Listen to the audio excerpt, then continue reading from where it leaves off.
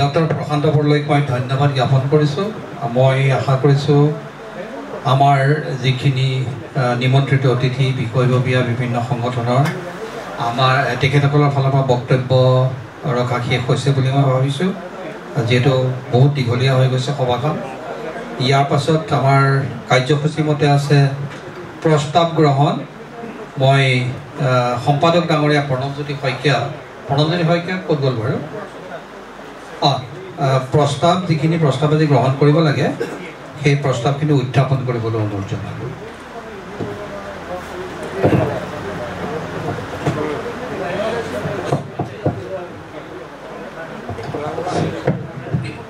শ্ৰদ্ধাৰ উপস্থিত বিশিষ্ট ব্যক্তিসকল, আজি আমি এই সভাখনৰ প্ৰায় শেষ প্ৰান্তত উপনীত হৈছোঁ। এতিয়া আছে প্ৰস্তাৱ পাঠ। আজি সভাই বিশেষকৈ দুটা প্ৰস্তাৱেই গ্ৰহণ কৰিম বুলি ভাবিছোঁ আৰু সেই প্ৰস্তাৱ দুটা মই আপোনালোকৰ আগত পাঠ কৰি দিব বিচাৰিছোঁ। প্ৰথম প্ৰস্তাৱ হৈছে যে আজি যোৰহাটৰ বিভিন্ন সংগঠনৰ প্ৰতিনিধি একত্ৰিত হৈ JISTক সম্পূৰ্ণ শৈক্ষিক আৰু আৰ্থিক স্বায়ত্তশাসন প্ৰদানৰ দ্বাৰাই এক বিশ্বমানৰ বিশ্ববিদ্যালয়লৈ ৰূপান্তৰিত কৰাৰ প্ৰচেষ্টাক মুক্ত হৃদয়েৰে সমৰ্থন কৰা হয়। ২ নং প্ৰস্তাৱ, আজি যোৰহাটৰ সমাজৰ বিভিন্ন শ্ৰেণীৰ সদস্য জ্যেষ্ঠ নাগৰিক মঞ্চৰ উদ্যোগত আয়োজিত সভাত উপস্থিত হৈ Jorhat institute of science and টেকন'লজিৰ প্ৰাক্তন ছাত্ৰসকলে অসম চৰকাৰক দাখিল কৰা প্ৰস্তাৱক আন্তৰিকতাৰে সমৰ্থন জনাই জ্যেষ্ঠক ৰাষ্ট্ৰলৈ ৰূপান্তৰিত হোৱাৰ বাবে প্ৰাক্তন ছাত্ৰসকলে DPR প্ৰস্তুত কৰিবলৈ আগবাঢ়ি অহা প্ৰক্ৰিয়াক সমৰ্থন কৰিব লাগে বুলি প্ৰস্তাৱ গ্ৰহণ কৰে। আজি সভাই গ্ৰহণ কৰা উল্লেখ কৰা প্ৰস্তাৱ দুটি ইমানেই। মই আশা ৰাখিছোঁ এই প্ৰস্তাৱ দুটি আপোনালোকে সাদৰে সমৰ্থন কৰিব বুলি আশা ৰাখিছোঁ। ধন্যবাদ।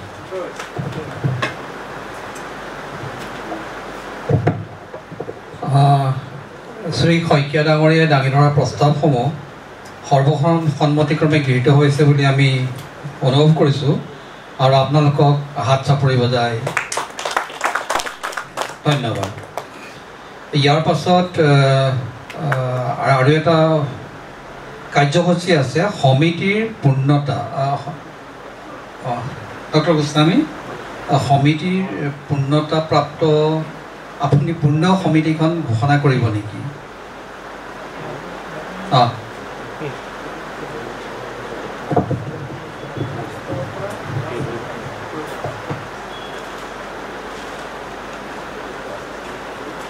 এইটো ইয়াৰ পৰা চলি আছে এতিয়া চলিলে একেবাৰে শেষ পৰ্যায়ত আহিলে।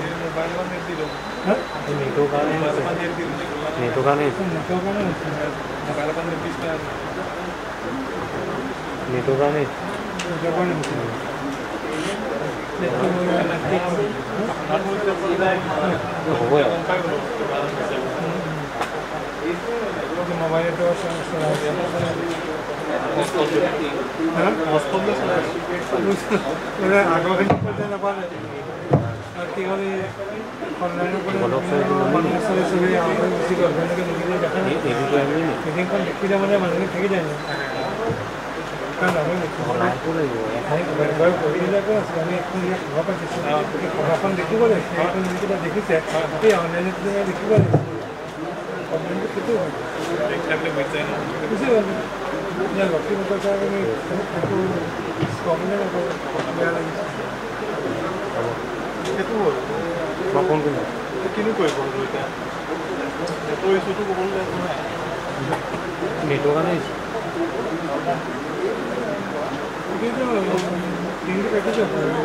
বাহিৰ মানুহ নাই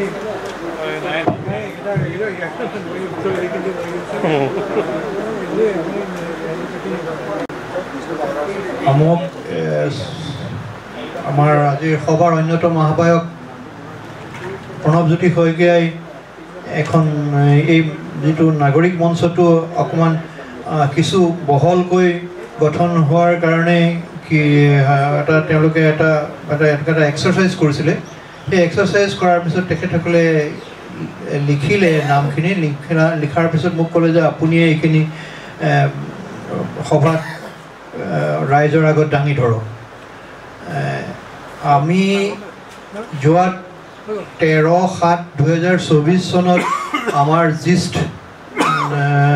13/3 আছিলে যেতিয়া আমি পাতিছিলোঁ তেতিয়া আমাৰ মাজত সভাপতিত্ব কৰিবৰ কাৰণে আমি এজন মানুহক চিলেক্ট কৰিছিলোঁ আমি সেই সভাপতি ডক্টৰ বিচিত্ৰ কুমাৰ বৰঠাকুৰকেই আকৌ পুনৰবাৰ তেখেতক সভাপতি হিচাপে নিৰ্বাচিত কৰিছোঁ বা তেখেতক সভাপতি হিচাপে থকাৰ কাৰণে নাম প্ৰস্তাৱ কৰিছোঁ আপোনালোকৰ হাততালি আশা কৰিলোঁ আৰু এই ক্ষেত্ৰত মই এটা মোৰ ব্যক্তিগত অসুবিধা ব্যক্ত কৰিব খুজিছোঁ আপোনালোকে সকলোৱে জানে যে মই বিভিন্ন অনুষ্ঠান প্ৰতিষ্ঠানৰ লগত জড়িত হৈ আছোঁ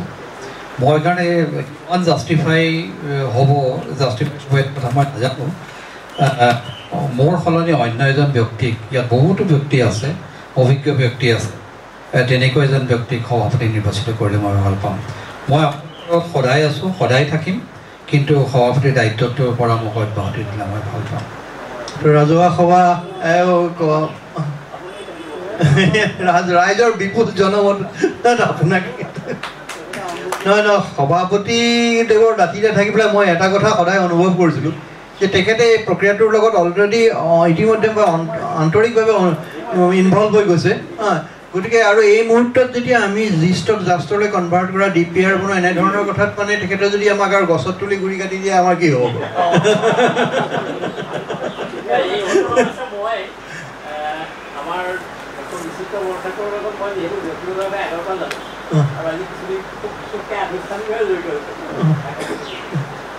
তেখেতে যদিও কৈছে যে মই বিভিন্ন সংগঠনৰ লগত জড়িত হৈ আছোঁ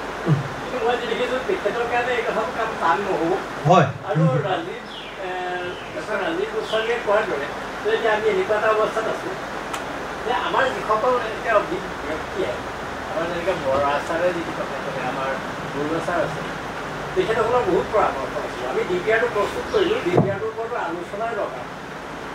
হয়তো আমি আকৌ এটা মানে প্ৰিন্সিপলিঙৰ নিচিনা নহ'লেও তেনেকুৱা ধৰণৰ লাগিব তেনেকৈ ৰাতিপুৱা ছাৰে যিটো কথা ক'লে সেইটো কথা এভইড কৰিলে নহ'ব গতিকে মই ভাবোঁ উল্লেখ কৰিবৰ কাৰণে বৰ্তমানৰ সভাপতিয়ে একেবাৰে যুদ্ধ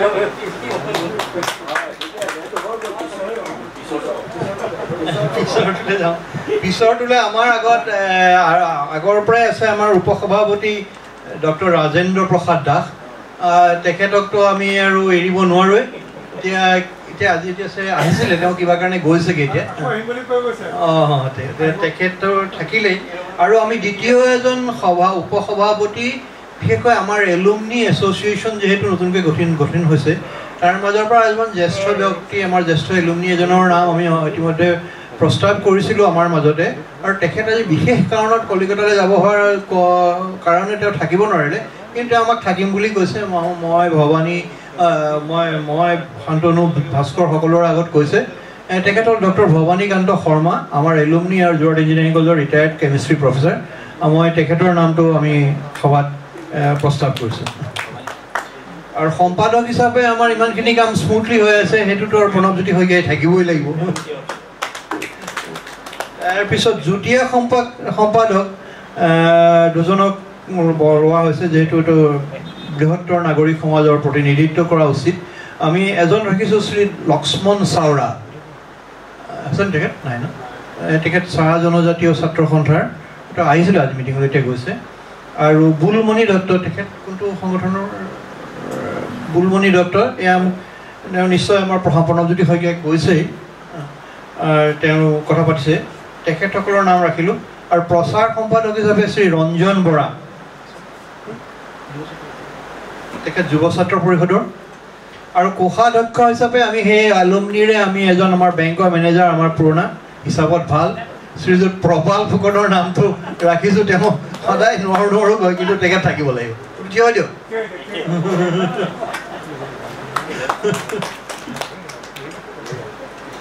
আৰু কাৰ্যনিৰ্বাহক সদস্য হিচাপে আমি আকৌ এলুমনিৰ পৰা এজন প্ৰাক্তন সহকাৰী সাধাৰণ সম্পাদক ভাস্কৰ চাবুৰধৰাৰ নামটো ৰাখিছোঁ তাৰপিছত ৰূপক বৰা আছে ন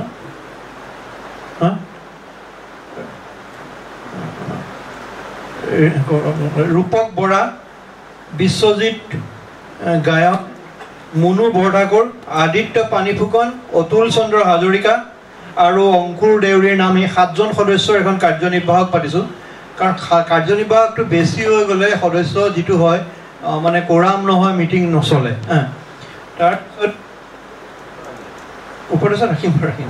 উপদেষ্টাত আমি নাম ৰাখিছোঁ doctor Ramesh Chandra Barua, doctor Ratul Chandra Bora, doctor Santanu Tamuli, doctor Aditya Bihari Kandali, doctor Prasanta Bordoloi, doctor Prasanta Kumar Bordoloi doctor Kakati মানে গিৰীন্দ্ৰনাথ কাকতি,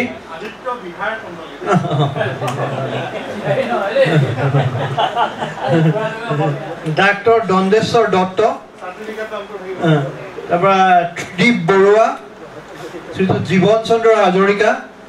বিজ্ঞান মহাবিদ্যালয়ৰ প্ৰথম বেটছৰ ছাত্ৰ doctor S R Hazarika, doctor নহয়, আৰু শ্ৰী অসীম জ্যোতি শইকীয়া। মুঠ আমি প্ৰায় 11জন কাৰ্যনিৰ্বাহক উপদেষ্টা ৰাখিছোঁ। আপোনালোকে আৰু কাৰোবাৰ নাম প্ৰস্তাৱ কৰিলে কৰিব পাৰে। এই ক্ষেত্ৰত আপোনালোকে দেখিছে যে মোৰ সময়ভাৱে যি দুজন ব্যক্তি আছে, এই দুজন ব্যক্তি আৰম্ভণিৰ পৰা লাগি আছিলে, কিন্তু সেই দুজন ব্যক্তিৰ ইয়াত নামকেইটা নাই। মই সেই দুজন ব্যক্তিৰ এজন ব্যক্তিৰ নাম মানে এলামনি এছ'চিয়েশ্যনৰ বৰ্তমানৰ ভাইচ প্ৰেচিডেণ্ট ডক্টৰ বিমলা প্ৰসাদ বৰুৱাদেৱ, ডক্টৰ বিমলা প্ৰসাদ বৰুৱাদেৱৰ নামটো মই আৰু এজন সভাপতি হিচাপে তেখেতক মই বিচাৰিছোঁ। আৰু ইয়াৰ পাছত ডক্টৰ ৰাজীৱ লোচন গোস্বামী। ৰাজীৱ লোচনে যে ইয়াত এটা দেখিছে, ইয়াৰ আৰু এটা বাদ পৰি গৈছে, ইয়াত কোষাধ্যক্ষ নাই, কোষাধ্যক্ষ প্ৰবাল ফুকন আছে। আৰু ডক্টৰ ৰাজীৱ গোস্বামীদেৱক মই এজন উপদেষ্টা হিচাপে ৰাজীৱ গোস্বামীদেৱৰ নামটো ইয়াত সন্নিৱিষ্ট কৰিবলৈ অনুৰোধ জনালোঁ। উপদেষ্টাৰ জীৱন চন্দ্ৰ হাজৰিকাদেৱৰ নামটো ইয়াত ৰখা হৈছিলে। তেখেতে উপদেষ্টাত থাকিবলৈ অসুবিধা পাই তেওঁ কাৰ্যনিৰ্বাহকতে উপস্থিত থাকিবলৈ বিচাৰিছে। আৰু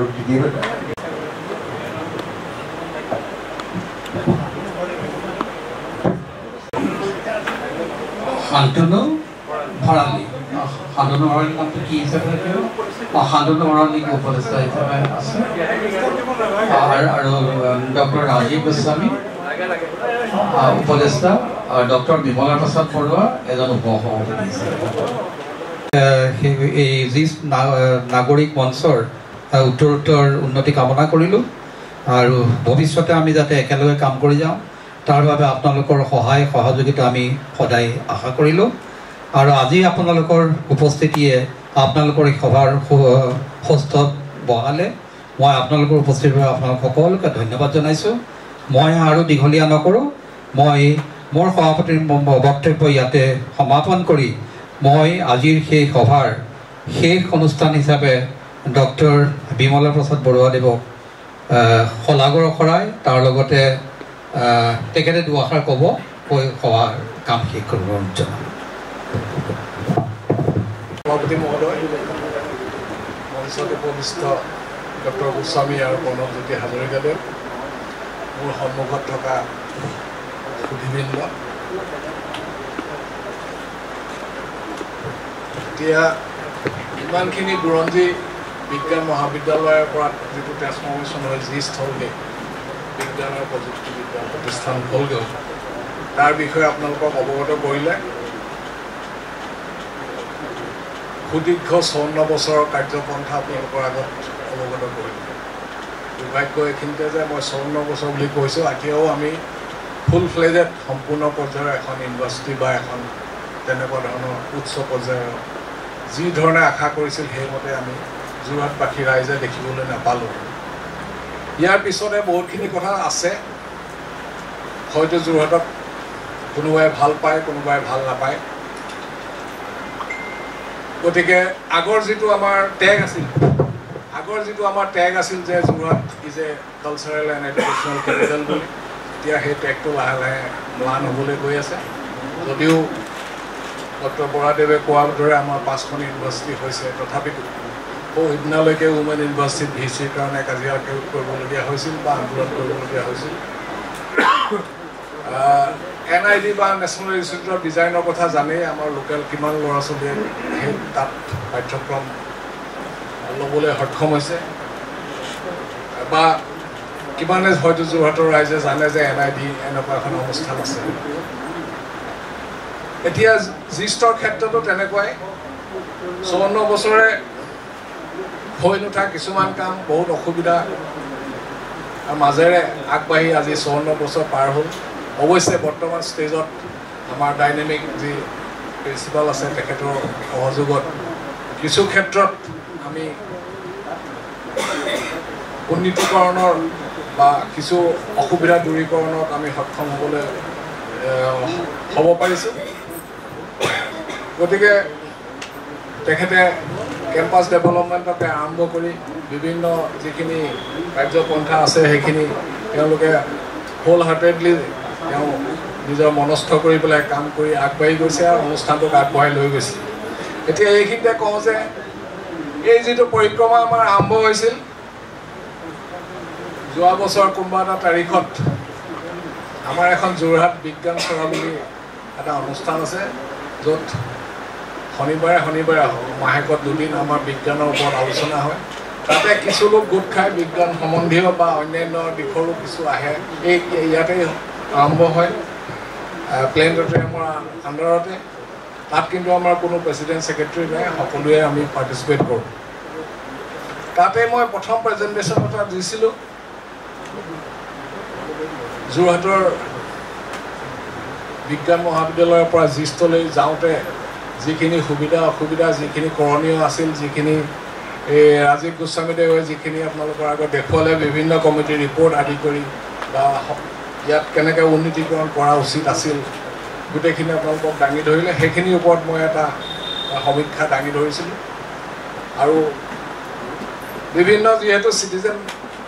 বিজ্ঞান ফৰামত বিভিন্ন বিজ্ঞানী বা অন্যান্য চিটিজেনসকল তাত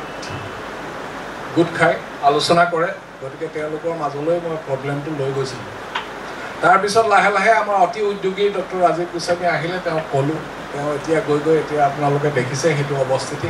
গতিকে আমি সেইখিনি পৰ্যায়ে পাইছোঁগৈ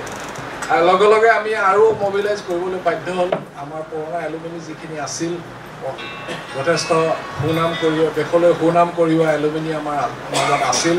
তেখেতলোককো আমি ৰিকুৱেষ্ট কৰিলোঁ গতিকে সকলোৱে একেমুখে আমাক সহযোগ কৰিবলৈ ছাপোৰ্ট কৰিবলৈ আগবাঢ়ি আহিল এইখিনিতে দুৰ্ভাগ্যৰ কথা মই আৰু এটা কওঁ যে বিজ্ঞান মহাবিদ্যালয়ৰ বিষয়ে মই 2জন আমাৰ পাব্লিক ৰিপ্ৰেজেণ্টেটিভক অৱগত কৰিছিলোঁ মই এইখিনি কথা এইকাৰণে কৈছোঁ যে আপোনালোক চিটিজেন হিচাপে যোৰহাটৰ চিটিজেন হিচাপে জনা উচিত যে এখন এটা অনুষ্ঠান আমি চলি আছে বুলিয়ে মনে মনে যদি ভাবি থাকোঁ তেতিয়াহ'লে সেইটো নহয় গতিকে বহুত অসুবিধা মাজেৰে অনুষ্ঠানটো আগবাঢ়িছিলে তেওঁলোকে কিন্তু এজনে অলপমান মত পোষণ কৰিছিলে কিন্তু এজনে ক'ত চলিয়ে থাকক গতিকে তেনেধৰণৰ মনোবৃত্তি এটা ল'লে গতিকে মই বেয়া পালোঁ গতিকে সমাজৰ মাজলৈ মই কথাবিলাক আনিবলৈ বাধ্য হ'লোঁ আৰু আটাইতকৈ মোৰ ভাল লাগিছে মোৰ ভাতৃপ্ৰতিম ডক্টৰ ৰাজীৱ গোস্বামী গোটেই কথাখিনি তেওঁ ল'লে